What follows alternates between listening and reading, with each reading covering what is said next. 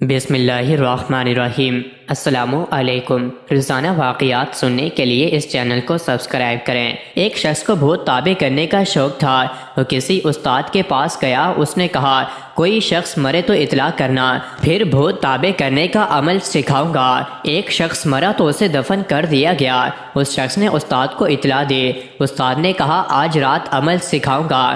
چنانچہ دونوں آدھی رات کے وقت قبرستان میں گئے۔ خوب اندھیرا چھایا ہوا تھا۔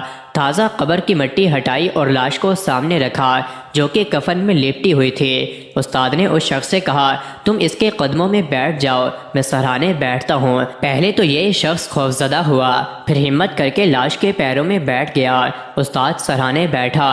اس نے کفن کھول کر مردے کے دونوں ہاتھ نکالے اور دونوں ہاتھوں میں ایک چھری دے دی۔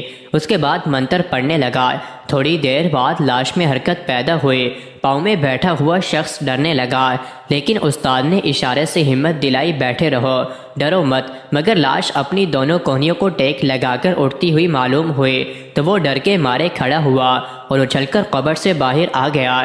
اس کا باہر آنا تھا کہ مردہ اٹھ کر بیٹھ گیا اور اس نے اپنے دونوں ہاتھوں کی چھریاں اس جگہ ماریں جہاں وہ شخص بیٹھا ہوا تھا۔ جب وہاں کوئی نہ ملا تو مردے نے پیچھے مڑ کر اپنے سرہانے بیٹھے شخص کو دونوں چھریاں مار دیں، جس سے وہ شخص زخمی ہو کر چیخنے لگا۔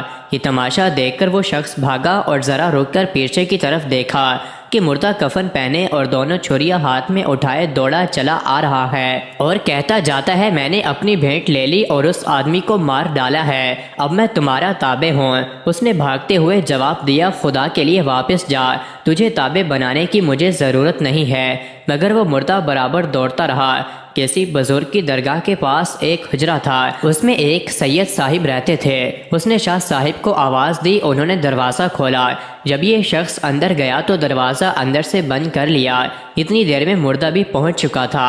مردے نے دروازے کے باہر کھڑے ہو کر کہنا شروع کیا دروازہ کھولو، میں تمہارا تابع ہوں، تم جس کام کا کہو گے میں وہ کام کروں گا۔ شاہ صاحب نے کہا ہم تیری اطاعت سے بہت خوش ہوئے اور تجھ کو حکم دیتے ہیں کہ یہاں سے چلے جاؤ اور اپنی قبر میں لیٹ کر سو جاؤ اور آئندہ کبھی نہ آنا جب تک کہ ہم نہ بلائیں۔ یہ سن کر مردہ چلا گیا اور وہ شخص بے ہوش ہو کر گر پڑا۔